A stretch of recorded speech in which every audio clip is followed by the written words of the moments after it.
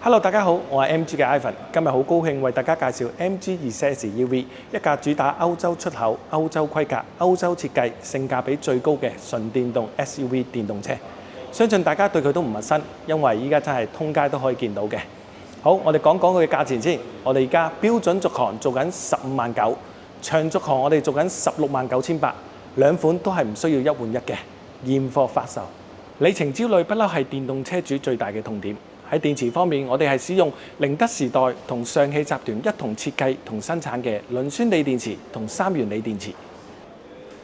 電池包採用堅固嘅結構設計，亦配備咗逆冷溫控制系統，確保電池喺炎熱或寒冷嘅天氣下都保持最佳嘅工作溫度，延長壽命並保障快充性能。亦可以承受喺1米深嘅水中浸長達30分鐘，仍能正常運作。喺維修保養方面，我哋電池保養係8年或者15萬公里。池內嘅設計係透過9組獨立電池組合而成，萬一電池出現故障，可以因應獨立電池更換，係同級維修成本最低，亦都達到最高經濟效益。配備咗高容量嘅電池組，根據標準嘅測試範圍，續航力可達到440公里，以歐洲 WLTP 計法，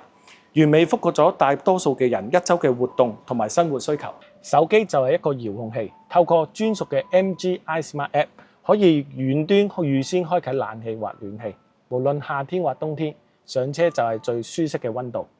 亦都可以睇到電量同埋代替車時啦。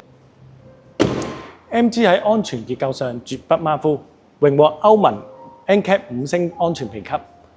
並配備咗完整嘅 MG Pilot 智能駕駛輔助系統，採用超高剛性車體結構，做工更達至歐洲車水平。喺操控性上，ZS 駕駛給予直接且順暢嘅加速力，